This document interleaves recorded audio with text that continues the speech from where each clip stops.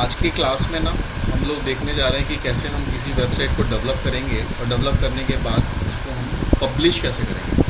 Publish जो है वो बहुत मेन इंपॉर्टेंट टास्क होता है किसी भी डेवलपर का, क्योंकि बनाना और बनाने के बाद उसको सर्वर पे डालना, पब्लिश करना is a very important part of application development and implementation के अंदर आता है ये। जब आपने देखा होगा कोई भी मॉडल आप यूज़ करते हो, वाटरफॉल मॉडल या स्पाइरल मॉडल, तो सबसे पहले क्या होता है, एनालिसिस, फिर डिज़ाइन, फिर कोडिंग, फिर टेस्टिंग। फिर होने के बाद, टेस्टिंग होने के बाद क्या करते हैं, हम उसको हम लोग इम्प्लीमेंटेशन करते हैं, इम्प्लीमेंट करते हैं, मतलब सर्वर पे हम लोग इम्प्लीमेंट करते हैं, उसको हम लोग पब्लिश के नाम से जानते हैं। तो जैसे कि तुम कोई भी वेबसाइट में तुम कर सकते हो, जरूरी नहीं है कि तुम ASP.NET में, मैं तो ASP.NET में तुम्हें बता रहा हूँ, तो तुम PHP में भी कर सकते हो, आप HTML में भी कर सकते हो, JSP में भी कर सकते हो, किसी में भी कनेक्ट कर सकते हो। तो इसमें जब भी कोई भी तुम एप्लीकेशन डेवलप करते हो तो उसके दो पार्ट होते हैं, एक फ्रंट एंड है, बैक एंड, इन दोनों को डिप्लॉय करना होता है। अब यहाँ पे पहले तो हम देखते हैं वेबसाइट को। जैसे कि हमने एक छोटी सी वेबसाइट यहाँ पे बनाई हुई है, HTML की वेबसाइट है फिलहाल, तो उसको ASPX में कन्वर्ट किया हुआ है, जो मैंने आपको लास्ट क्लास में बताया था। उसी वेबसाइट को मैं सर्वर पे डिप्लॉय करता हूँ। तो उसमें मेरा index.aspx जो है वो फर्स्ट पेज है, index.aspx। तो ध्यान रखना है, किसी वेबसाइट का जो फर्स्ट पेज होगा वो इंडेक्स के नाम से, होम के नाम से या डिफ़ॉल्ट के नाम से होता है। तो इंडेक्स वाला जो होता है वो बाय डिफ़ॉल्ट पिक कर लेता है। अगर index.html होगा या index.html है या ASPX है, उसको डायरेक्ट पिक करता है सर्वर मेरा। तो अगर हमारे पास में index.html है तो उसमें से एक को रिमूव कर दो, जो आपको मेन में रखना है। मतलब HTML को मैं रिमूव कर दे रहा हूँ यहाँ से, क्योंकि मैं चाहता हूँ कि मेरा index.aspx रन करो। इसको रन करा के आप देख लो, जो सर्वर आएगा तो लूप मिलना चाहिए आपको। तो आप इसको पब्लिश कर दो, तो पब्लिश के टाइम पे क्या होता है कि उसके अंदर में जो आपको हिडन हो जाता है जब आप पब्लिश। अभी क्या है, अभी आपके पास कुछ है क्योंकि आपका डेवलपमेंट एंड है। इस डेवलपमेंट एंड पे आप कुछ भी बना रहे हो, आप क्लाइंट साइड भी देख रहे हो, आप सर्वर साइड भी देख रहे हो, आप डिज़ाइन साइड भी देख रहे हो, सब कुछ देख रहे हो। लेकिन अगर आप इसको सर्वर पे डिप करते हो, तो अगर आप उसको पब्लिश करके करोगे तो दो फायदे हैं इसके। एक तो आपका जो डेटा है, जो आपकी कोडिंग है, वो आपकी हिडन रहेगी, सर्वर पे देखता कोई भी, अगर सर्वर वाला भी, सर्वर और भी चाहेगा तो उसको नहीं देख सकता। दूसरा, इसमें जब हम इसको सर्वर पे डिप्लॉय करते हैं तो कुछ ये क्या करता है, उसको कॉम्प्रेस कर देता है, उसके ऑब्जेक्ट बना के कर देता है, तो जो साइज ऑफ डेटा है ना वो कम हो जाता है। जैसे आपका यहाँ पे 500 MB का है तो वो कुछ KB का हो जाएगा, 500 MB से वो 100 MB का हो जाएगा, तो थोड़ा साइज में कॉम्प्रेस हो जाएगा, छोटा हो जाएगा। तो ये मेरी है जिसका नाम है, कोई भी नाम है, तो इसको मैं सर्वर पे डिप्लॉय करना चाहता हूँ। तो इसको मैं कैसे करूँगा ये हम आज देखने आ रहे हैं। तो उसके लिए आपको सबसे पहले क्या करना है, देखो ये जो अभी वर्क कर रहा है किस पे कर रहा है, लोकल होस्ट। ये जो भी वर्क कर रहा है ये लोकल होस्ट पे चल रहा है, क्योंकि हम लोगों ने अपने सर्वर पे चलाया हुआ है ये अपना। अब मेरे एंड पे कौन सा सर्वर है, IIS। अगर आपसे कोई पूछेगा कि तुम्हारे वेब सर्वर का नेम क्या है, तुमने बताया विजुअल स्टूडियो माई प्लेटफॉर्म जिसके थ्रू मैं एप्लीकेशन डेवलप करता हूँ, तुमसे बोलेगा वेब सर्वर तुम्हारे पास कौन सा है, तो तुम बोलोगे IIS है, इंटरनेट इन्फॉर्मेशन सर्विसेज। इसके अलावा और कौन कौन से सर्वर होते हैं, तो बोलोगे सर टॉमकैट है, अपाचे है, ये लिनक्स के सर्वर होते हैं। जैसे आपको पता है तुम्हें कि विंडोज़ हमारे 3 तरह के होते हैं, 3 तरह के विंडोज़ होती है ना। एक तो आप विंडोज़ यूज़ करो माइक्रोसॉफ्ट का, एक लिनक्स का है, जिसको रेड हैट के नाम से जानते हैं, और एक किसका है आपका एप्पल का iOS। तो ये तीन आपके पास विंडोज़ हैं, उसी तरह से 3 तरह के सर्वर मिलते हैं। जो विंडोज सर्वर होता है जिसमें विजुअल स्टूडियो हम रन कराते हैं, उसके लिए मैंडेटरी है IIS, इंटरनेट इन्फॉर्मेशन सर्विसेज, जो माइक्रोसॉफ्ट का दिया हुआ है। तो जो अभी आपका एप्लीकेशन रन वर्क कर रहा है वो IIS की वजह से कर रहा है। जो उसके पीछे बिहाइंड द सर्वर जो वर्क कर रहा है वो है जो कि आपके सर्वर को, जो आप रिक्वेस्ट कर रहे हो, सर्वर रिस्पॉन्स कर रहा है। तो उसी तरह से जहाँ पे भी आप इसको परचेस करोगे, अब इस वेबसाइट को मुझे क्या करना है, डिप्लॉय करना है, यहाँ इम्प्लीमेंट करना है। तो इम्प्लीमेंट करने के लिए मुझे क्या चाहिए, 2 चीज़ें चाहिए, एक तो डोमेन का नेम और उसकी होस्टिंग। डोमेन का नेम और होस्टिंग, होस्टिंग के अंदर फिर 2 पार्ट हो जाएगा, पेज के लिए होस्टिंग चाहिए और डेटाबेस के लिए होस्टिंग चाहिए। तो डोमेन आप कहीं से भी ले सकते हैं, जैसे GoDaddy हो गया, अमेजोन हो गया, कहीं से भी आप डोमेन खरीद सकते हो, हॉस्टिंग भी आप कहीं से खरीद सकते हो, लेकिन हॉस्टिंग खरीदने से पहले आपको ये पता करना पड़ेगा कि जो मेरे पास रिसोर्सेज हैं, जो मुझे चाहिए वो उस सर्वर के पास है कि नहीं है, प्लस उसके चार्जेस क्या हैं। हो सकता है बहुत ज़्यादा चार्जेस हो तो मैं कम वाले चार्जेस में जाऊँगा। जैसे कि हमारे एप्लीकेशन के अकॉर्डिंगली हमें क्या चाहिए, विंडोज़ चाहिए, ये लिनक्स में नहीं चलेगा, ये रेड हैट में नहीं चलेगा, ये वर्डप्रेस के सर्वर पे नहीं चलेगा, ये चलेगा किस पे, विंडोज़ पे। तो विंडोज़ के लिए मुझे विंडोज़ सर्वर पहले ढूंढना होगा। उस विंडोज़ सर्वर के अंदर में मुझे ढूंढना होगा कि मेरा विजुअल स्टूडियो का ये वाला वर्जन चले। तो बताना पड़ेगा कि मेरा विजुअल स्टूडियो 2022 है, जिसके अंदर में मेरा फ्रेमवर्क है 4.7, वो 4.7 होना चाहिए उसके पास। अगर 4.7 नहीं है तो नहीं चलेगा। ये प्राइमरी रिक्वायरमेंट है किसी वेबसाइट की। प्लस दूसरा जो पार्ट हो गया वो हो गया डेटाबेस का। तो डेटाबेस आपको बताना पड़ेगा कि मेरा एसक्यूएल सर्वर है 2019 या 2008 या 2018, जो तुम्हारे पास है वो तुम्हें बताना पड़ेगा। उस तरह से तुम पैकेज सेलेक्ट करोगे, वो तुम्हें चार्जेस बताएगा इतने चार्जेस हैं। वो चार्जेस तुम उसको पे करोगे तो वो तुम्हारा जो है 1 साल के लिए, 2 साल के लिए, 3 साल के लिए तुम चाहो उसको ले सकते। ठीक है।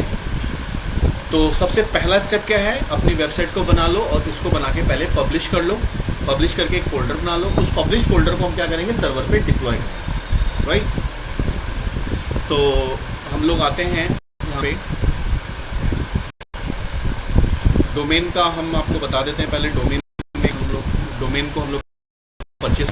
तो डोमेन हमारे पास GoDaddy के, GoDaddy is the best option, अगर आप चाहो तो वहाँ से ले सकते हो।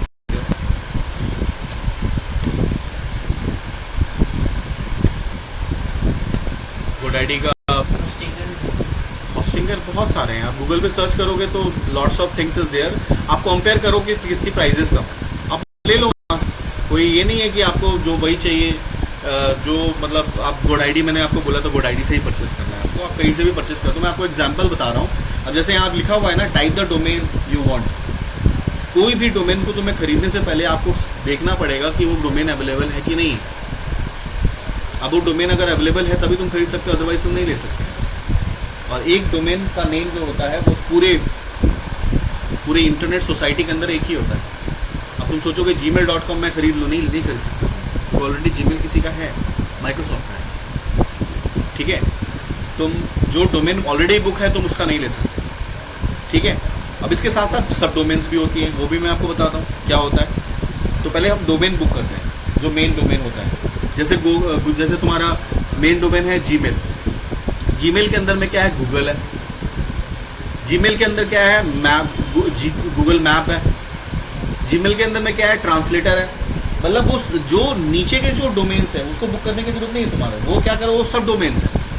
जैसे translate.google.com, तुमने देखा होगा जब भी तुम ट्रांसलेशन खोलोगे तो लिखा होगा translate.google.co.in एक डोमेन है, उसके सब डोमेन्स बने हुए हैं। map.google.com, तो ये क्या है, वो सब डोमेन है। तो वो सब डोमेन खरीदने की जरूरत नहीं है, सिर्फ तुम्हें एक डोमेन परचेस करना है। सब डोमेन तुम अपने हॉस्टिंगर्स के अंदर बना सकते हो, जो तुम जहाँ से तुम हॉस्टिंग खरीदोगे। ठीक है। अब जैसे कि मान लो मैं कोई भी एक डोमेन सर्च करता हूँ, जैसे कि स्मार्ट बाजार, smartbazaar.com, मैंने एक डोमेन वैसे अपने मन से सर्च करने की कोशिश करी और यहाँ से मैं सर्च कर लेता हूँ। तो यहाँ से मैं जब डोमेन को खरीदता हूँ, मैं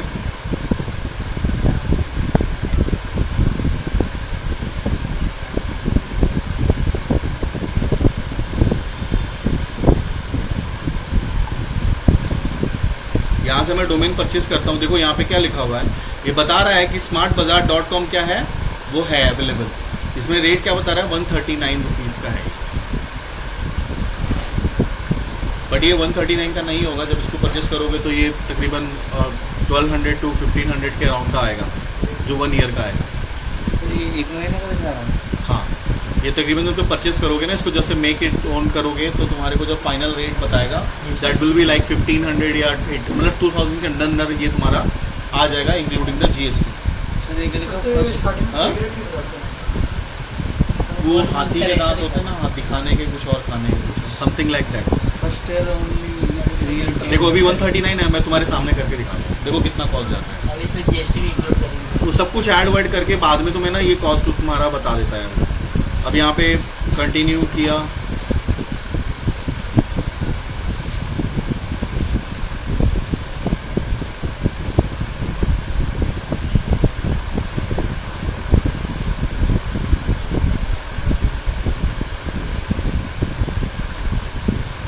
तो तुम कई सारे उससे कंपेयर कर सकते हो। जैसे GoDaddy से ही नहीं, तुम चाहो तो अमेज़ॉन से भी ले सकते हो। अब यहाँ पे 3000 समथिंग का बता रही है, 3 ईयर्स का है ना, इसको आप 1 ईयर में कन्वर्ट कर लो, कितना आया 10। अब इसके बाद और भी एक GST भी ऐड करेगा फाइनली, तो ये 1200-1500 रुपये के आसपास का, ये 2000 के आसपास का कोई भी डोमेन तुम चाहोगे ले लेगा। लेकिन कुछ ऐसे होते हैं डोमेन जो ट्रेडेबल होते हैं, वो महंगे होते हैं। जैसे शॉर्ट नेम जो होता है ना, वो ट्रेडेबल होते हैं। जैसे तुम छोटा सा तुमने लिखा है, जैसे ओके GST, ये 5 वर्ड का है, ये ट्रेडेबल है, ये तुम्हें महंगा मिलेगा, ये तुम्हें इस रेट में नहीं मिलने वाला। हो सकता है वो उसके 3 लाख रुपये मांगे तुमसे, 1 साल का 3 लाख रुपये, वो ट्रेडेबल होता है। और जैसे ये है, ये एक बहुत लंबा चौड़ा सा नेम है, तो इसलिए इसमें इस रेट में तुम्हें मिल रहा है। लाइफ टाइम का नहीं मिलता कि एक बार तो नहीं, एक बार का नहीं होता है, हार्डली आप 3 साल से 5 साल तक आप बुक कर सकते हो एक बार। फिर उसके बाद तुम्हें हर ईयर उसको रिन्यूअल कराना पड़ेगा। तो ये चीज़ें होती है। तो यहाँ से जब बुक कर लेते हो ना, तो ये बुक करने के बाद ये तुम्हारे पैनल में आ जाएगा। जैसे मैं अभी बुक नहीं कर रहा हूँ क्योंकि ऑलरेडी मेरे पास में है, ये मुझे चाहिए नहीं, वैसे मैं आपको एग्जांपल के लिए दिखा रहा था। तो ये जब बुक कर लोगे तो तुम्हारे पैनल में वो परचेस करके दिखा देगा। कहाँ पे दिखा देगा? जो तुम्हारा जो साइन इन वाला पार्ट है, यहाँ पे जाओगे, जब तुम माई अकाउंट में जाओगे तो माई अकाउंट के अंदर वो सारी चीज़ दिखा देगा। तुम्हारे प्रोडक्ट जो भी तुम्हारे होंगे वो तुम्हारे यहाँ पे शो कर देगा। अब उसको तुम्हें क्या करना है, ये तुम्हारा परचेज हो जाने के बाद, ये परचेज होने के बाद इसका तुम्हें DNS नेम चेंज करना है। डोमेन नेम सर्वर बोलते हैं, उसका DNS चेंज करना। सपोज कर लो मैंने ये परचेज कर लिया, कोई भी एक मैं एग्जांपल में तुम्हें दिखाऊंगा अभी। जैसे ये मेरे पास में है अभी डोमेन्स हैं कुछ, और इसका मैं कुछ डोमेन का अगर मैं कुछ चेंज करना चाहूँ तो मैं कैसे करूँगा। जैसे कि इसमें रेफरेंस वेडिंग है, कंस्ट्रक्शन है, मैनिक्योर फार्मा है, चिल्फन है, तो ये हमारे कुछ डोमेन हैं। इसका DNS अगर मुझे चेंज करना है तो मैं कैसे करूँगा, तो DNS चेंज करने के लिए आपको DNS पे जाकर क्लिक करना पड़ेगा। ये जो है DNS क्या होता है, डोमेन नेम सर्वर। तुमने एक यहाँ पे डोमेन तुमने खरीद लिया, डोमेन खरीद लिया, XYZ कहीं से खरीद लिया। अब उस ये डोमेन हो गया और ये होस्टिंग हो गई तुम्हारी। होस्टिंग कहीं और है, डोमेन कहीं और है। अब वो होस्टिंग को डोमेन के साथ तुम्हें अटैच करना है। कैसे करोगे? अगर तुम्हारा एक ही पैनल में है तो फिर तो कोई प्रॉब्लम नहीं है। तुमने जहाँ से होस्टिंग, जैसे मैं GoDaddy से ही होस्टिंग खरीद लूँ तो मुझे कोई दिक्कत नहीं है, क्योंकि उसको पता है कि सर्वर कहाँ है। लेकिन अगर तुम्हारा सर्वर कहीं और होता है, सपोज करो आपके क्लाइंट ने, मैंने कहा कि कंपनी कहती है तुम्हें कि जो मेरा क्लाइंट है उसके पास ऑलरेडी सर्वर है, उनका अपना खुद का सर्वर है, होम सर्वर है। उस होम सर्वर में तुम्हें क्या करना है, डिप्लॉय करना है।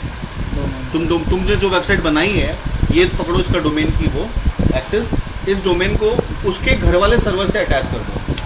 उसका जो रिसोर्सेज है उसके घर के सर्वर में पड़ा रहे और उसे तुम कनेक्ट करो। तो क्या करोगे, तुम DNS चेंज करोगे, इसको कहते हैं डोमेन नेम सर्वर। तो ये जब जाओगे तो इसमें DNS सर्च कर लोगे, इस पर DNS पे क्लिक करोगे, तो DNS पे जब जाओगे तो DNS का नेम दिखेगा। तो DNS के 2 नाम होता है, DNS 1 और DNS 2, ये 2 नाम होते हैं। जो तुम्हें कौन देगा, तुम्हारा होस्टिंगर देगा, जो तुम्हारा जहाँ से तुमने होस्टिंग परचेज की है। जो DNS 1 और DNS 2 का वो एड्रेस वो देगा, और वहाँ से तुम्हें जाके DNS रिकॉर्ड को चेंज करना होगा। अब तुम्हारे जहाँ पे भी होगा XYZ, जिसका जो भी नाम होगा उस डोमेन में आपका सर्वर का नेम, वहाँ से जाके तुम DNS को क्या करोगे, चेंज करोगे। अब जैसे ऑलरेडी इसके अंदर में इसमें नाम दे रखा है हमने, सर्विसेज हैं, DNS है,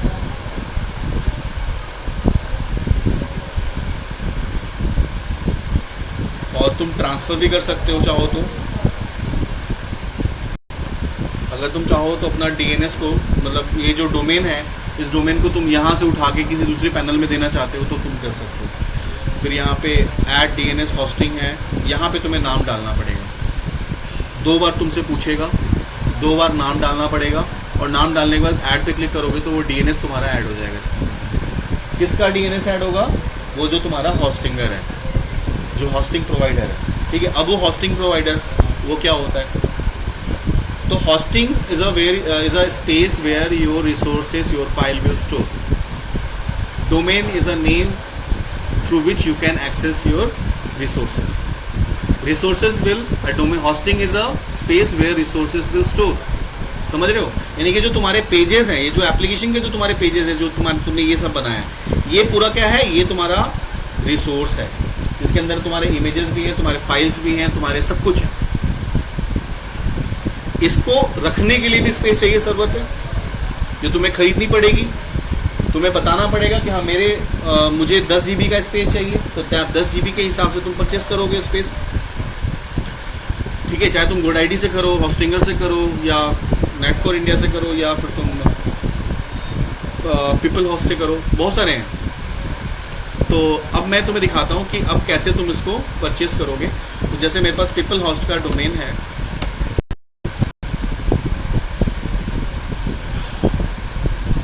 पीपल होस्ट का मेरे पास में होस्टिंगर है, तो मैं पीपल होस्ट से तुम्हें होस्ट करके दिखाता हूँ कि उसको हम लोग यहाँ होस्ट कैसे करेंगे। फॉर एग्जांपल कोई भी एक वेबसाइट मैंने यहाँ पे बना ली और मैंने इसको यहाँ पे जाके इसमें ऐड कर दिया DNS। उसका DNS ऐड हो गया इसमें परमानेंटली। 2 DNS आएंगे, DNS 1 और DNS 2, दोनों को चेंज करना पड़ेगा। ये बहुत सिंपल मेथड है, बहुत हिडन पार्ट भी होता है, इसलिए मैं आपको नहीं शो कर रहा हूँ, क्योंकि DNS अगर मैं किसी को बता दूँ तो तुम लोग भी यूज़ कर सकते हो, कोई भी यूज़ कर सकता है। अगर तुम लोग को यहाँ पे वो कर सकते हो, बट वो मेरे लिए थोड़ा सा प्राइवेसी का पार्ट है। तो ये मैं यहाँ से अपने पीपल हाउस से लॉगिन कर रहा हूँ। अपने लॉगिन करने के बाद मेरे जितने भी वहाँ पे, अब सपोज़ कर लो कि मैंने एक होस्टिंगर से डोमेन बुक किया था, क्या नाम था? स्मार्ट बाज़ार। स्मार्ट बाज़ार के नाम से किया। अब मुझे क्या करना है, smartbazaar.com के नाम से मुझे वेबसाइट ऐड करनी पड़ेगी। कहाँ पे?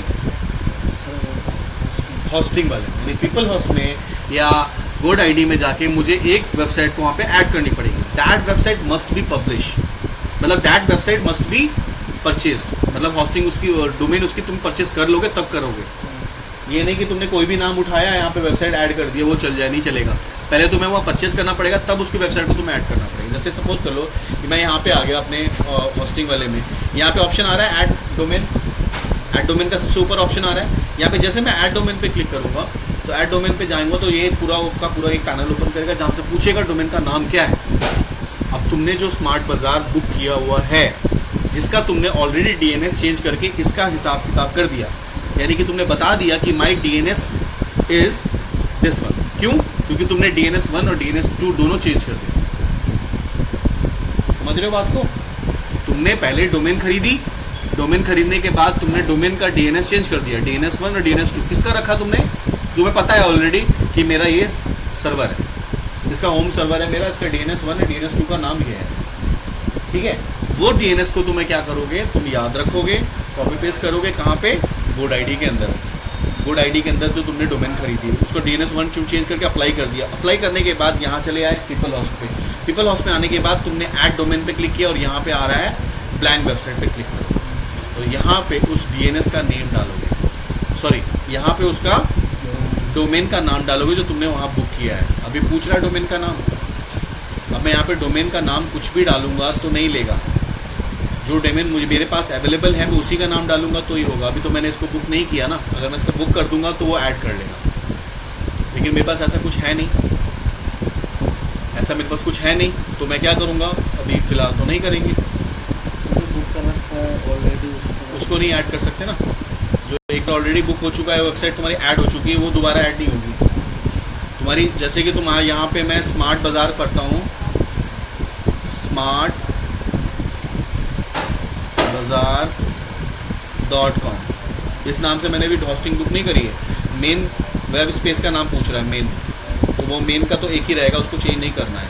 यहाँ पे क्या है, ये कह रहा है एक्टिव DNS सर्विसेज टिक करना होगा और एक्टिव द ईमेल सर्विसेज टिक करना होगा। ये तुम जहाँ जो तुम्हारा होस्टिंग होता है वहाँ से तुम मेल सर्विस भी यूज़ कर सकते हो, यानी कि जो डोमेन का नाम है, इसका नाम है smartbazaar.com, तो info.smartbazaar.com, info@smartbazaar.com या services@smartbazaar.com या HR@smartbazaar.com। तो ये क्या हो जाएगा, ईमेल्स हो जाएंगे। ईमेल के लिए भी स्पेस कौन देगा, ये तुम्हारा होस्टिंगर ही दे रहा है, ये होस्टिंग दे रहा है। जो तुमने 10 GB का स्पेस परचेस किया है उसके अंदर तुम्हारी ये होस्टिंग का भी स्पेस होगा, यूज़र को भी लेगा और ईमेल भी लेगा। प्रोफेशनल ईमेल मिल जाती है। हाँ, यही प्रोफेशनल ईमेल की बात कर रहा हूँ मैं। ये तुम ईमेल्स यहाँ बना सकते हो, उस पर टिक करना पड़ेगा तुम्हें, जब उसको ऐड करोगे तो टिक करना पड़ेगा। इसके बाद यहाँ से ऐड डोमेन पे क्लिक करोगे तो ये पूरा का पूरा पहले चेक करेगा, अगर इसमें कुछ उसको नहीं मिला तो वो नहीं क्रिएट करेगा, क्योंकि ऑलरेडी हमने तो इस नाम से बनाया नहीं है, तो नहीं मिलेगा उसको। नहीं मिलेगा तो क्या करेगा वो, उसको नहीं दिखाएगा वहाँ पे। यहाँ क्रिएट तो कर देगा लेकिन वो दिखाएगा नहीं, वहाँ पे ऐड नहीं करेगा। क्यों नहीं करेगा? क्योंकि उसने कर ही नहीं है।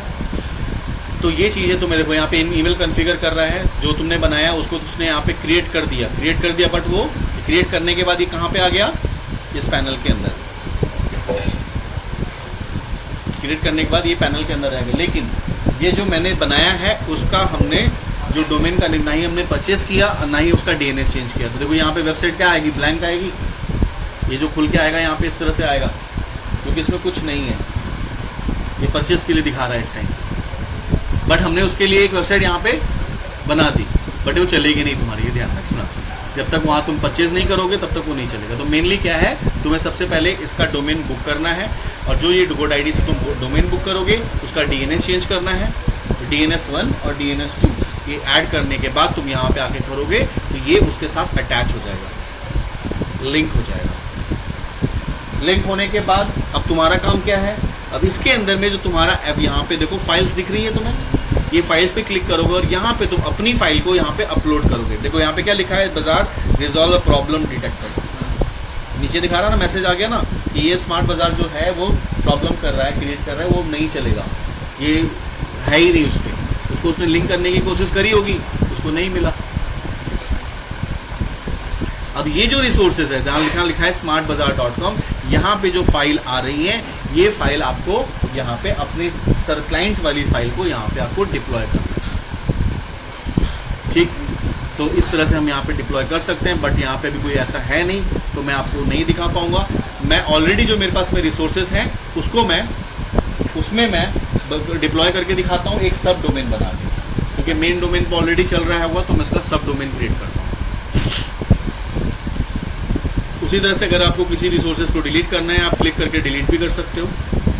तब ये रिजॉल्व आपको प्रॉब्लम दिखा रहा है कि आपका जो डोमेन अभी आपने ऐड किया था वो डोमेन आपका नहीं है, आप यहाँ से इसको हटा सकते हैं।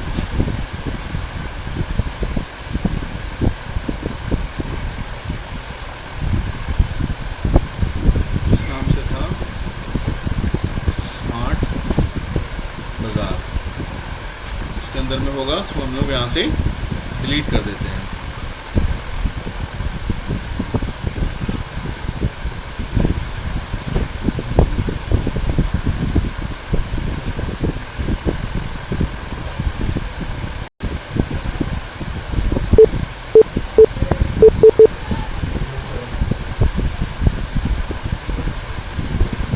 ये आपकी साइट है, यहाँ से इसको रिमूव वेबसाइट कर दो, क्योंकि हमने ऐसा कुछ रखा ही नहीं है। तो ये बार बार वो सिस्टम आपका कैश करेगा और बार बार दिखाएगा कि देयर इज़ सम प्रॉब्लम। ये हमने रिमूव कर दिया। अब मुझे क्या करना है, यहाँ से ऐड करना है सब डोमेन। डोमेन ऑलरेडी हमने कर लिया, सपोज कर लो डोमेन हमने कर दिया, अब सब डोमेन मेरे को बनाना है। जैसे एल्केमी की साइट है, ठीक है, तो एल्केमी softtech.com एक डोमेन है, उसका मुझे एक डोमेन बनाना है, सब डोमेन बनाना है, जैसे services.alchemy softtech.com। तो वो कैसे क्रिएट होगा, और उसके अंदर मैं इस वेबसाइट को डिप्लॉय करना चाहता हूँ। तो कैसे करेंगे, यहाँ पे जाएंगे ऐड डोमेन, ऐड सब डोमेन पे।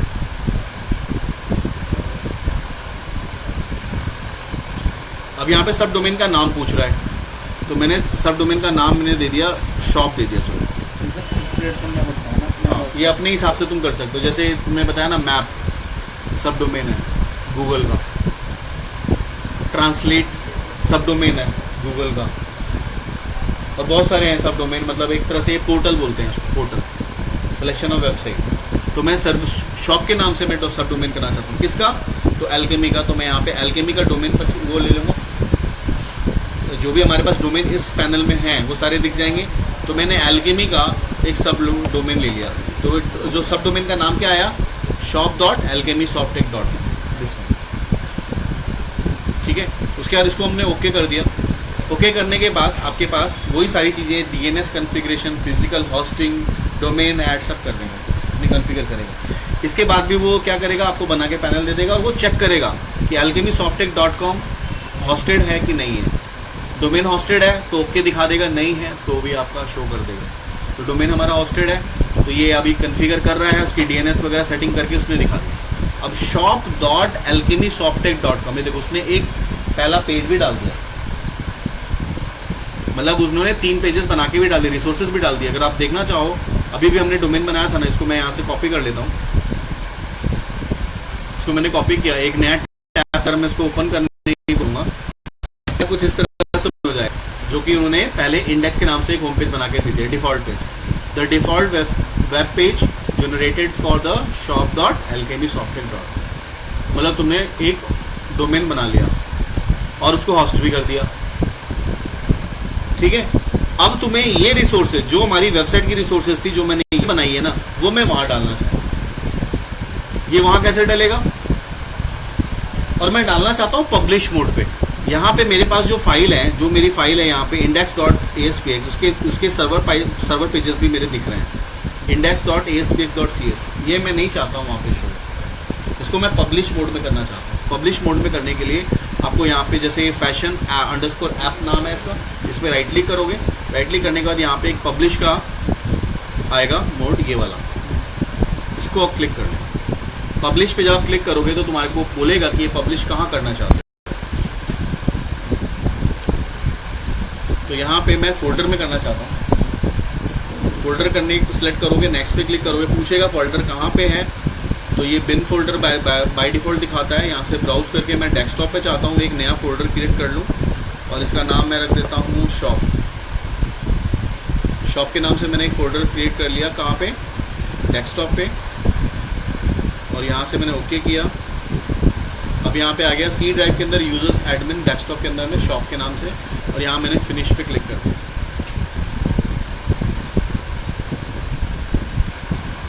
उसके बाद ये फाइनली आपके पास पब्लिश का बटन आ जाएगा, पब्लिश पे क्लिक करोगे तो जो भी तुम्हारे एप्लीकेशन के अंदर में कोई भी अगर एरर होगा किसी भी पेज पे, नहीं होगा पब्लिश, ध्यान रखना।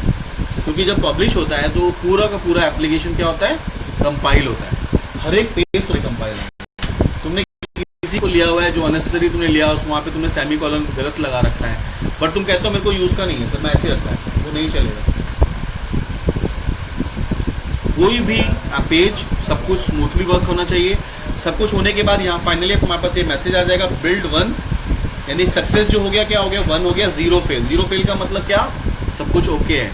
जहाँ पे लिखा होगा 0 सक्सेस 1 फेल, इसका मतलब there is some error, there is some error. तो वो वाला कभी भी पब्लिश नहीं होगा, ध्यान रखना। ये पब्लिश कर दिया हमने, तो अब जब कहाँ मैंने किया था, डेस्कटॉप पे किया था, तो डेस्कटॉप पे तुम जाओ, देखो एक फोल्डर तुम्हारा शॉप के नाम से क्रिएट हो गया, ये शॉप के नाम से देखो एक क्रिएट हो गया, उसके अंदर सारी फाइलें थी वो आ गई, लेकिन उस फाइल का जो पार्ट आया ना, वो क्या आया, देखो ASPX है, CS पेज नहीं है, बट ये पूरा फंक्शनली वैसे ही एग्जीक्यूट करेगा जैसा कर रहा था, बट तुम्हारी चीजें प्लस इसका जो साइज है और उसके साइज में आसमान जमीन का अंतर है। कंप्रेस भी कर दिया उसने, तुम्हारे को चलाने से मतलब है ना। अब तुम्हारा जो वहाँ पे जो जितना टाइम लग रहा था उससे कम टाइम लगेगा जब उसको पब्लिश करोगे। तो अभी इसे मुझे कहाँ पे डालना है, सर्वर पे। अब कैसे डालूंगा सर्वर पे, तो ये जो भी तुम्हारा पब्लिश फोल्डर है उसको यहाँ से कंट्रोल A करो, कंट्रोल A करने के बाद उस पर राइट क्लिक करो, राइट क्लिक करने के बाद यहाँ पे तुम्हारे पास एक ऑप्शन आएगा add to achieve, add to achieve में जाओ और यहाँ पे जिप पे क्लिक करके ओके कर दो, तो है जिप होके एक जिप के नाम से एक फाइल बन जाएगी। चाहे तुम्हें रार में भी कर सकते हो, जिप में भी कर सकते हो। बहुत सारे होते हैं जो रार मांगते हैं, बहुत सारे, लेकिन जिप जो है वो हर जगह पे एप्लीकेबल होता है, और बहुत सारी जगह पे जिप जो रार जो है रार फाइल एक्सेप्ट नहीं करते, तो जिप कर लिया करो। तो आपको अचीव करोगे तो आपका ऑप्शन आ जाएगा, जाओ जिप पे क्लिक कर दो। अब देखो यहाँ पे शॉप के नाम से एक फाइल बन गई होगी, बन गई, दिस इज जिप फाइल। इस फाइल को तुम्हें कहाँ करना है, सर्वर पे अपलोड करना है। कैसे करूँगा, अब क्या है, दो तरीके होते हैं। लोग क्या करते हैं, एक 1 by 1 करके फाइल को अपलोड करते हैं। 1 by 1 करने में बहुत टाइम लग जाएगा, और वहाँ पे कभी भी फोल्डर अपलोड नहीं होता। पहले वहाँ पे तुम्हें फोल्डर क्रिएट करना पड़ेगा बिन के नाम से, उस फोल्डर के अंदर जाके ये पूरी फाइल को डालनी पड़ेगी। It will take more time. फिर इसके अंदर एक और फोल्डर है, फिर इसके अंदर एक और फोल्डर बनाना पड़ेगा, वहाँ पे इसके अंदर वो फाइल डालनी पड़ेगी। It will take much more than like 5 hours।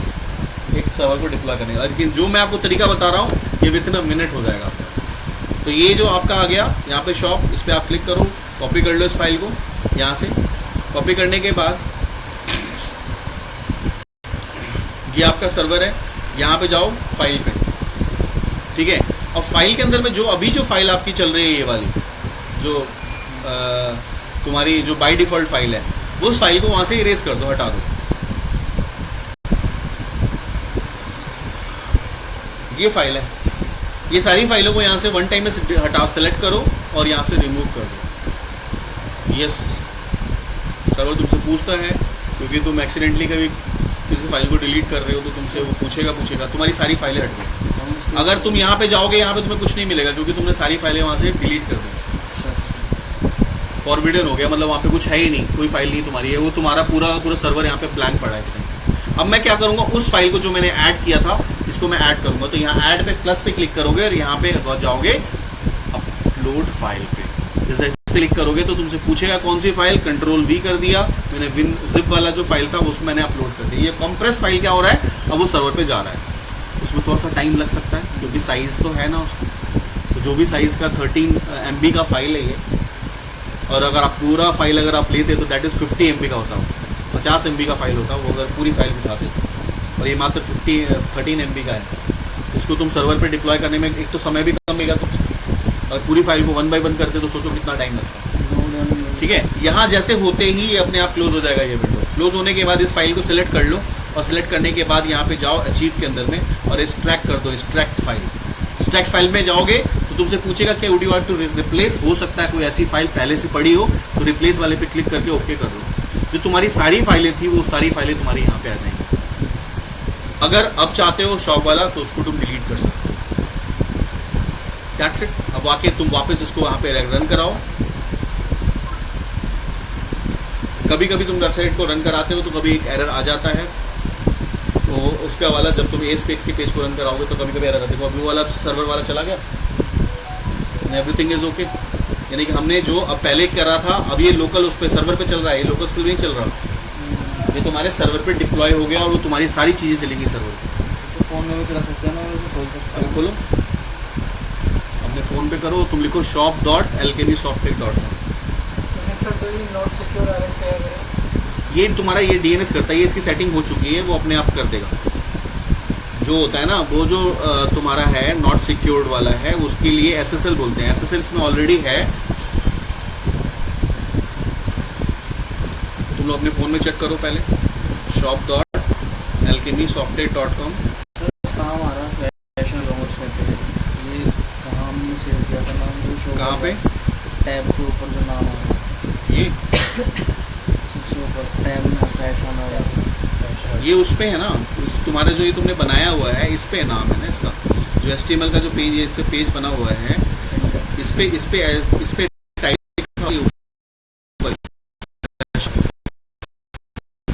तो है ना टाइटल में लिखा हुआ जो पेज होगा वही दिखा रहा है ना वो।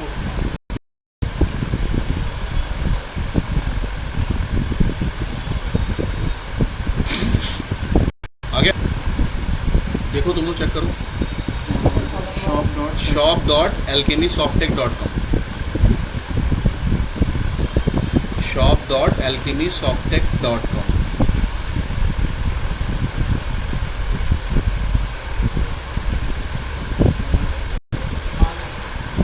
आ गया?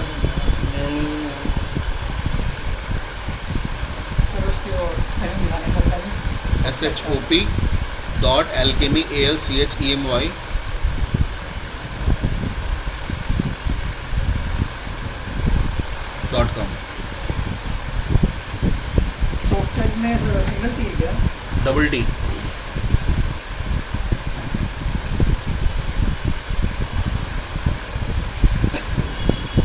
सिंगल टी डबल टी लगाओ, डबल टी। आ गया?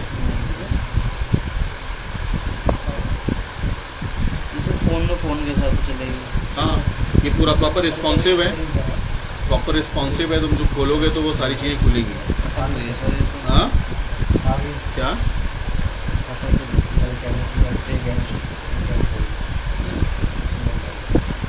तो तुम्हारी जो साइट है यहाँ पे पब्लिश हो गई है। पब्लिश होने के बाद जो तुम्हारा SSL है सर्टिफिकेट, देखो लिखा हुआ है ना, issues will be fixed automatically. SSL के लिए लिखा हुआ है, ये अपने आप फिक्स कर देगा। ये जो तुम्हारा अभी आ नहीं रहा है ना, ये अपने आप आ जाएगा। देखो इसमें पैनल में लिखा हुआ है issues will be fix automatically. तो SSL जैसे कि सर्टिफिकेट की वेबसाइट अभी भी लॉन्च हुई है, उसमें SSL ऐड होना ज़रूरी है। मतलब हमारे पैनल में जो हमने परचेस किया हुआ है उसके साथ में SSL भी है। तो देख मैं अटक नहीं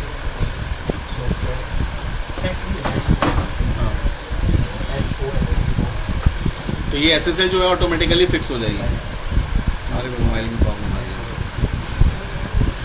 तो ये है तुम्हारा, इसके अंदर में तुम इस तरह से वेबसाइट को होस्ट कर सकते हो।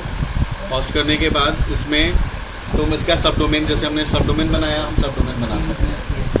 तो कितना ही बना सकते हैं। हाँ, सब डोमेन जितना जितना जितना स्पेस हो, जैसे 60 देखो यहाँ पे है, 60% मैंने यूज़ किया। अभी 20 GB इसमें खाली पड़ा है, तो 20 GB तक मैं स्पेस और भी यूज़ कर सकता हूँ। जितने भी टाइम डोमेन चाहूँगा उतना बना सकता हूँ। सब डोमेन खुद से बना सकते हो। मेन डोमेन तो तुम्हें परचेस करनी पड़ेगी। जो भी है तुम वहाँ तुम्हें ढूंढना पड़ेगा ना GoDaddy में जाके। हाँ, परचेज कर देगा, उसके बाद बार यूज करना पड़ता है वो ना। सर हम तो एक डोमेन तुम्हें खरीदना पड़ेगा। जितने टाइम के लिए तुम खरीदो उतने टाइम तक ही चलेगा वो। एक डोमेन तो कई वेबसाइट रिन्यूअल नहीं करोगे वो हट जाएगा फिर वो बाद में किसी और को अगर वो चाहेगा वो ले सकता है। जैसे परचेज हमने किया वेबसाइट में किसी और की तो रिन्यूअल तो हमारे पास ही आएगा ना वो। हाँ, कभी परचेजर इसीलिए जब भी हम परचेज करते हैं वो कंपनी वाले परचेस करते हैं, तुम्हें नहीं देंगे ना परचेस करने के लिए। वो जो डोमेन उनका होगा, जो मतलब जो परचेजर उसका वो होता है, क्या नाम कहते हैं उसको, क्लाइंट, वो क्लाइंट के आईडी से बुक करते हैं उसको। जब भी वेबसाइट बनाते हैं तो क्लाइंट के आईडी से ही बुक करते हैं उसका, ताकि वो उसके पास ही जाए। अगर वो आगे कंटिन्यू करना चाहे तो करे, नहीं करना चाहे तो नहीं करे। चलो एक डोमेन से काफ़ी सारी वेबसाइट बना सकते हैं। सब एज ए सब डोमेन कई सारे बना सकते। एक डोमेन ले लिया तुमने तो उसके सारे कई सारे सब डोमेन बना के उसके अंदर में वेबसाइट, जैसे मैंने बताया ना, गूगल का क्या है, गूगल एक डोमेन है, उसके सब डोमेन कितने हैं, कम से कम 20-22 होंगे आई थिंक, जो हमें दिखते हैं। और कई सारे होंगे जो उसके पैनल पर चलता है। इसको कहते हैं पोर्टल, वेबसाइट विद वेबसाइट। सब डोमेन बनाते चले आते हैं, तो सब वेबसाइट विद सब वो होता है। डोमेन के तो तुम पैसे एक बार दे रहे हो ना उनको, सब डोमेन के पैसे थोड़े तुम दे रहे हो, सब डोमेन तो तुम खुद कर रहे हो। अब जैसे ये हो गया, अब उसके साथ तुम चाहते ईमेल सर्विसेज यूज़ करना चाहते हो, वही बता देता हूँ। अब तुम ईमेल सर्विसेज करना चाहते हो किसका, shop.alchemysoftware.com का एक ईमेल सर्विसेज यूज़ कर बनाना चाहते हो, तो यहाँ पे ईमेल पे चले जाओ।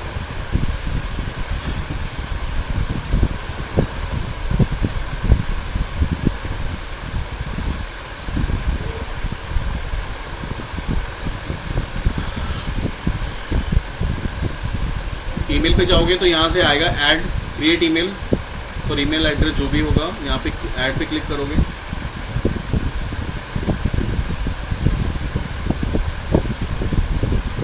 सर ईमेल एड्रेस अब यहाँ पे ईमेल आईडी बताओ। अभी जैसे तुम्हारा ईमेल बनाना चाहते हो सेल्स किसका बनाना चाहते हो, तो shop.alchemy का।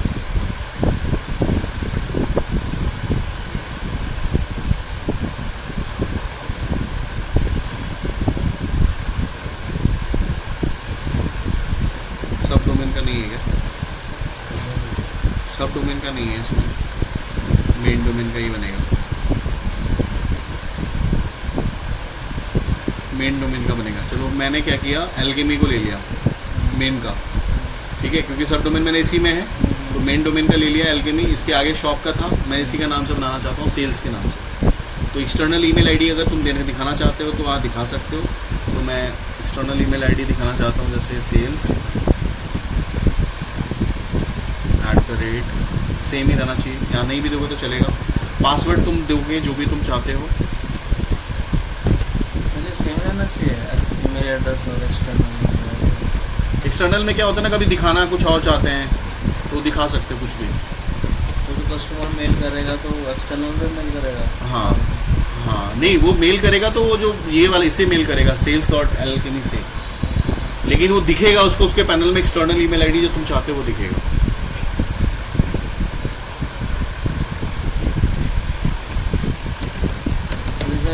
ये स्ट्रांग होना चाहिए। अब यहाँ पे साइज़ आ रहा है, डिफ़ॉल्ट साइज़ ले सकते हो, चाहो अनदर साइज़ लेना चाहते हो, इतने केवी देना चाहते हो दे दो। मैंने एक डिफ़ॉल्ट साइज़ ले लिया, मैंने ओके पे क्लिक कर दिया। तो मेरे पास सेल्स के नाम से एक सब डोमेन मेरा बन गया, सॉरी मेरी ईमेल आईडी बन गई। अब उस ईमेल आईडी को भी मैं आईडी बना के यूज़ करा सकता हूँ, ठीक है। उसको किसी को भी यूज़ कर सकते हो। उसको एक्सेस करने के लिए हमारे पास होता है वेबमेल डॉट एल्केमी, जो भी का नाम होगा डोमेन का, वेबमेल डॉट एल्केमी जो भी डोमेन का नाम होगा वो डालोगे। तो यहाँ पे डालने के बाद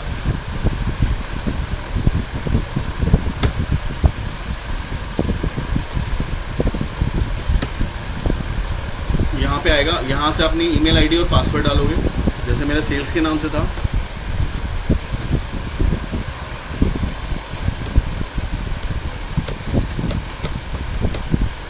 और डाल के मैं जैसे लॉगिन करूँगा तो वो मेरा पैनल ओपन हो जाएगा, जहाँ से मैं जीमेल करता था अब मैं अपने पैनल से मेल भी कर सकता हूँ। अभी भी जस्ट एक मेल के लिए क्रिएट हुआ है, ऐसा भी वेलकम एक मेल होगा, आगे एक वेलकम मेल आया हुआ है।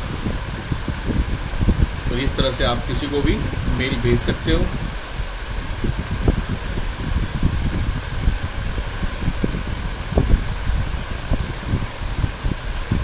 किसी को मेल लिख सकते हो, जो मैटर है वो मैटर लिखो। ये तुम्हारी ऑफिशियल ईमेल हो गई। जो मैं सब डोमेन बनाया था उसके लिए है ना, मेन डोमेन के लिए, मेन डोमेन पे बनता है। सब डोमेन तुम दिखा सकते हो, जैसे एलियास में तुम दिखा दो सब डोमेन का नाम, एलियास में सब डोमेन का नाम दिखा दो और मेन डोमेन से ही बनेगा जब बनेगा, सब डोमेन पर नहीं बनेगा, ठीक है। तो तुम लोगों ने देखा कैसे कैसे करते हैं सब चीज़ें। है तो बहुत इजी है, ज़्यादा टफ नहीं है, लेकिन ये बहुत बड़ी चीज़ है, बहुत बड़ी चीज़ है। इसको जो यूज़ करते हैं ना, तो कंपनी में यही काम करने के लिए लाख लाख रुपए का महीना लेते हैं कंपनी में काम करने के लिए। और ये काम कौन करता है? एचआर टीम मैनेजर ये काम करते हैं, क्योंकि ये छोटे बच्चों को काम में देंगे नहीं, तुम्हारे ऐसे लोगों को देंगे नहीं, तो बच्चा है इसको पहले काम कराओ, डेवलपमेंट का काम कराओ। ये काम होता है कि कॉन्फिडेंशियल जो क्रिएट करना। अब कि कोई कस्टमर आया, उस कस्टमर का ये सारा प्रोफाइल क्रिएट करना है उसका, वो बना के उसको दे देना है, किसको? डेवलपर को दे दिया। ये FTP ID पासवर्ड, हाँ इसमें FTP भी यूज़ कर सकते हो। जैसे तो ये तो मेरा मेन सर्वर हो गया जहाँ से मैं इसको एक्सेस कर रहा हूँ, लेकिन अगर मैं चाहता हूँ कि तुम्हें FTP दे दूँ, FTP के थ्रू मैं एक्सेस करूँ, क्योंकि ये तो तुम्हें दूंगा नहीं ना मैं, किसी भी डेवलपर को ये पैनल तो मिलेगा नहीं, उसको क्या मिलेगा? FTP कैसे एक्सेस होगा वो देखो। FTP एक्सेस करने के लिए जैसे तुम्हारा डोमेन का नेम है,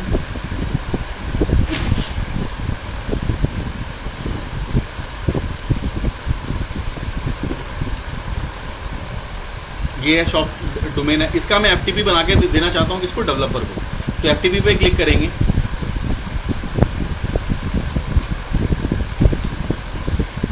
यहाँ पे जाने के बाद तुम्हें FTP बनाना है, क्रिएट करो, ऐड FTP।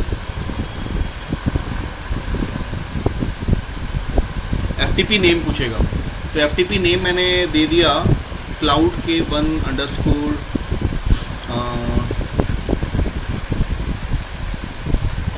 शॉप। किस डायरेक्टरी के लिए मुझे बनाना है? तो मैं डायरेक्टरी यहाँ पे सिलेक्ट करूँगा। तो डायरेक्टरी का नाम क्या था? शॉप।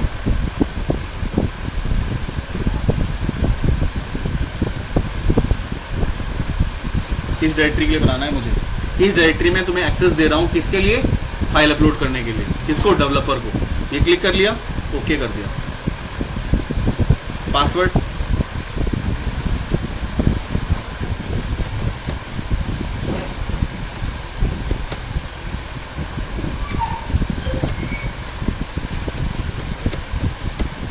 ठीक है। इसमें साइज वगैरह अनलिमिटेड है, ठीक है। रीड राइट परमिशन दोनों देना चाहता हूँ। मैं सिर्फ चाहता हूँ कि रीड करे, राइट ना करे, तो मैं सिर्फ रीड का भी दे सकता हूँ। बट अगर मैं किसी डेवलपर को दे रहा हूँ तो रीड राइट दोनों देना पड़ेगा, क्योंकि वो अपने फाइल से, अपने लैपटॉप से वो एक्सेस करके वो ऐड करेगा। यहाँ से मैंने ओके कर दिया।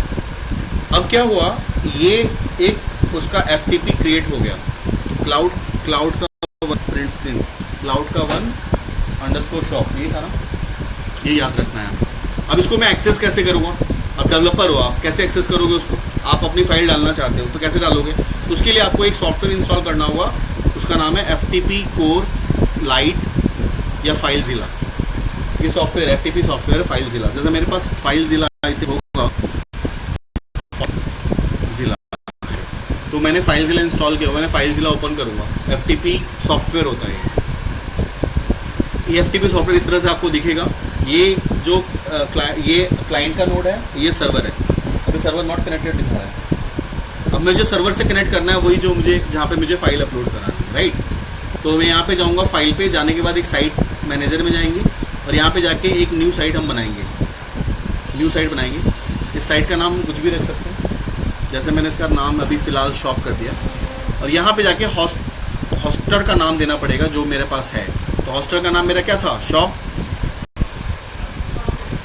ये था। कॉपी कर लेते हैं, पेस्ट कर देते हैं, ठीक है। उसके बाद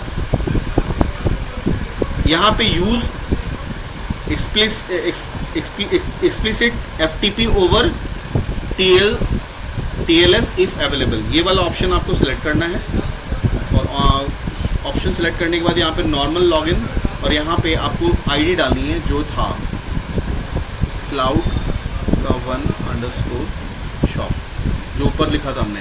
और उसके बाद वो पासवर्ड हमने जो बनाया था वो पासवर्ड हमें डालना होगा, और डालने के बाद कनेक्ट पे क्लिक करना होगा।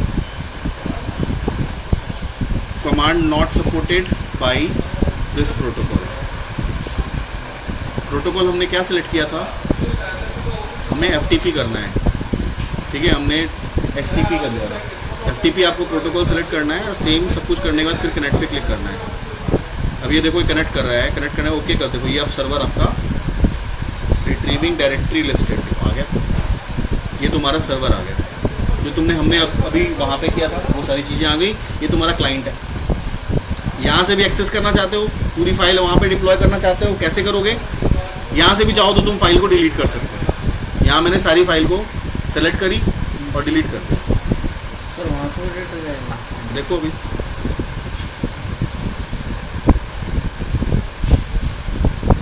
इसीलिए तो लाइव एग्जांपल दिखा रहा हूँ। यहाँ से भी फाइल्स को विजुअल स्टूडियो में डाल के एडिट कर सकते हैं। हाँ वही तुम्हारा दिखाऊंगा। अभी तुमने डिलीट करके दिखा रहा हूँ, वहाँ फाइल डाली थी ना, अभी सारी फाइलें ख़त्म हो जाएगी, देखना।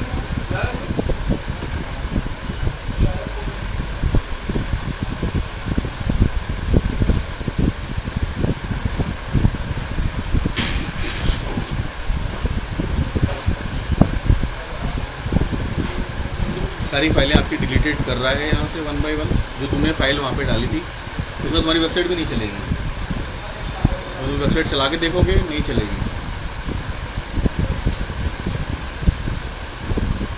अगर हम सर रीड की परमिशन देते हैं, हाँ वो नहीं कर सकते। अगर सिर्फ रीड करने का मैं वहाँ एक्सेस देता तो तुम यहाँ पे डिलीट नहीं कर सकते, सिर्फ तुम सिर्फ जाके फाइल को अपलोड कर सकते हो। लेकिन मैंने वहाँ पे रीड राइट दोनों दिया था, तो वहाँ तुम डिलीट भी कर सकते हो। सर इसमें वीडियो में कॉपी करके VS पे चला सकते हैं, कॉपी करके इसको हाँ यहाँ से डाउनलोड करके भी चला सकते हो। इसको यहाँ से भी डाउनलोड कर सकते हो। यहाँ पर राइट क्लिक करोगे तो डाउनलोड का ऑप्शन आ जाएगा, और यहाँ से तुम्हें फाइल अपलोड करनी है, यहाँ सेलेक्ट करके राइट क्लिक करोगे, अपलोड का ऑप्शन आ जाएगा। यहीं से सीधी फाइल तुम्हारी अपलोड हो जाएगी। डिलीटेड 108 आइटम इमेजेस, बहुत सारी इमेज फाइलें हैं ना।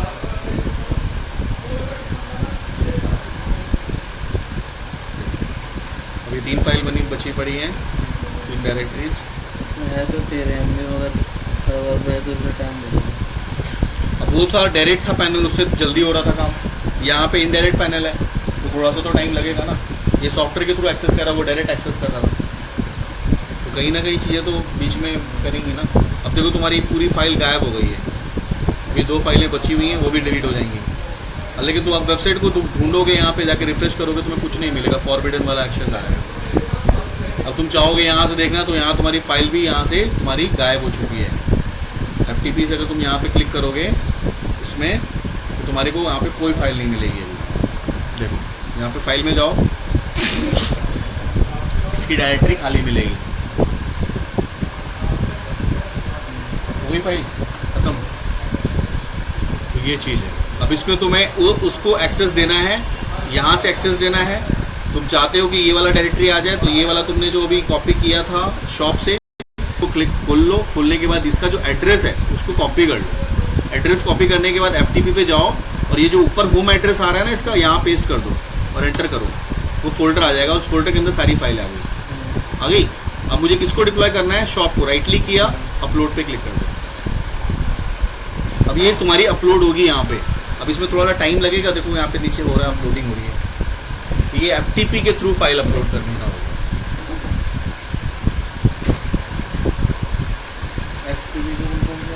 फाइल ट्रांसफर प्रोटोकॉल, फाइल को ट्रांसफर कर रहा है यहाँ पे सर्वर। जो वो डेवलपर को मतलब वो देगा ऑथोरिटी तुम भी मतलब उसकी फाइल को मिलता है। जैसे कोई अगर अच्छे लेवल का डेवलपर होता है जो खुद से काम करता है तो उसको एक्सेस मिलता है FTP का ID पासवर्ड का। तुम भी कर सकते हो। हाँ, वो भी कर सकता है, वो भी एक्सेस कर सकता है। बट ये है कि अब उसमें रीड राइट का देगा, क्या देगा वो उसके ऊपर डिपेंड करता है। अब जैसे ये फाइल आ गई, इस पर मैं राइट क्लिक करके क्या कर लूँगा, एक्सट्रैक्ट कर सकता हूँ। यहाँ पे एक्सट्रैक्ट का ऑप्शन आ रहा है, यहाँ पे देखना, एक्सट्रैक्ट का ऑप्शन नहीं आ रहा है ना।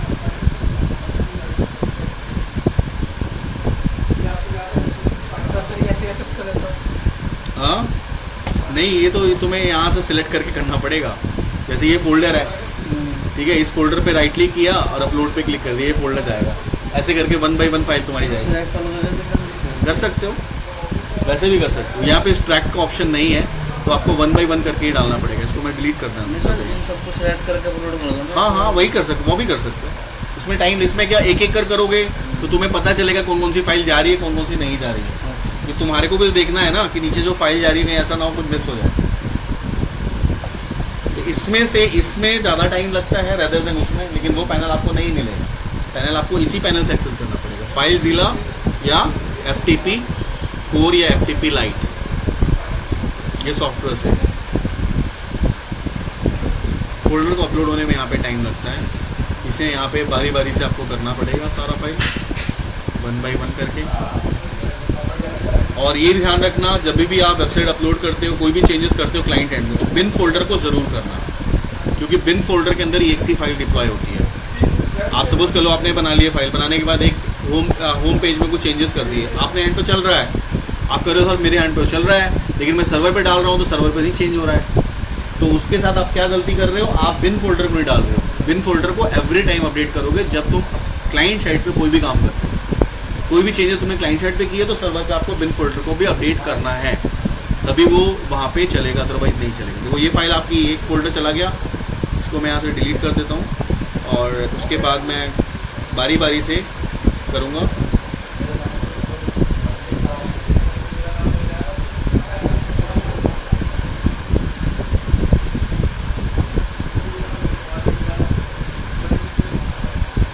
अभी मैंने 2 फाइल अपलोड करी है ना, दूसरी कर रहा हूँ। अभी देखो यहाँ पे इसको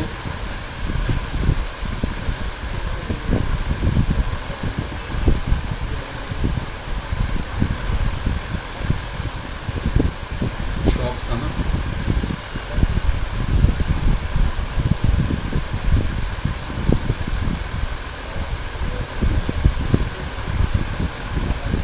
देखो 2 फाइल आ गई ना यहाँ पे। तो जितनी फाइल तुम अपलोड करते जाओगे वहाँ से वो आपको यहाँ पे शो होती चली जाएगी। चाहो तो उसको 1 टाइम में पूरा ऐसे सिलेक्ट करके और यहाँ पे राइट क्लिक करोगे और यहाँ पे अपलोड पे क्लिक कर सकते हो और आराम से बैठ जाओ। वो 1 बाय 1 करके सारी फाइलें जितना भी टाइम लगेगा वो कर देगी। ठीक है, तो समझ में आया आप लोगों को आज क्या क्या देख लिया हमने। That is the final stage of website. अब मान लो कल के डेट में कोई इम्प्लीमेंटेशन नहीं आ जाती, तुमने आज सर्वर पे अपलोड कर दी, तो ये क्या हो गया, इम्प्लीमेंटेशन। उसके बाद इम्प्लीमेंटेशन के बाद एक और फेज़ होता है, उसको कहते हैं मेंटेनेंस।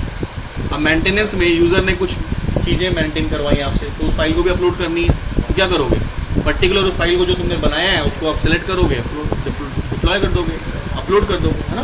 पेज एडिट करा, कोई भी पेज ऐड किया, नया बनाया, कुछ भी किया, आपने 2 पेजेस पे चेंजेस किए, एक होम पे एक कॉन्टैक्ट अस पे। तो आपको क्या करना है, होम और कॉन्टैक्ट अस वाला पेज जो है यहाँ से अपलोड करना है और साथ में बिन फोल्डर। जैसे पहले का होम पेज है वो रिप्लेस हो जाएगा, वो रिप्लेस हो जाएगा, जो तुमने नई चीज़ें डाली हैं वो अब दिखेंगी, पुरानी चीज़ें हट के।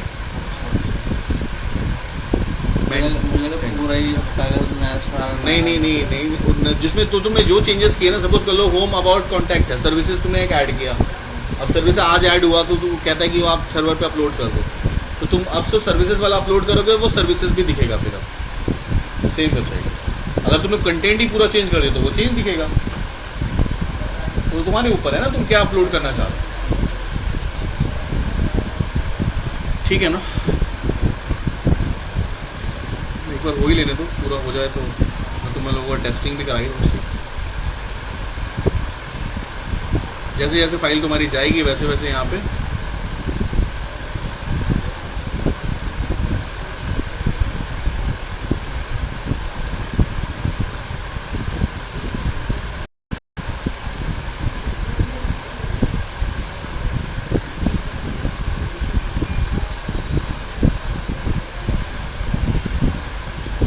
ये आपके नेट पे भी डिपेंडेंट है। नेट का स्पीड अगर अच्छा होता है तो जल्दी भी जाता है।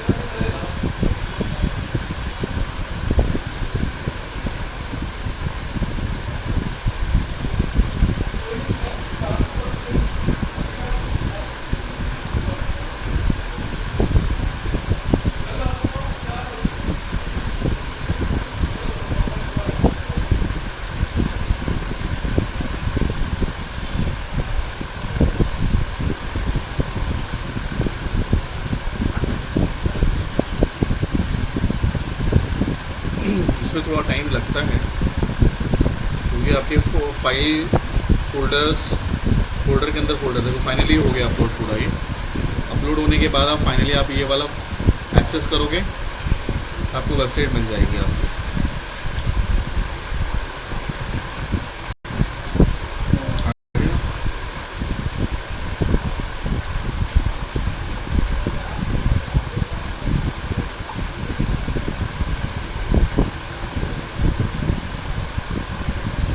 ठीक है ना,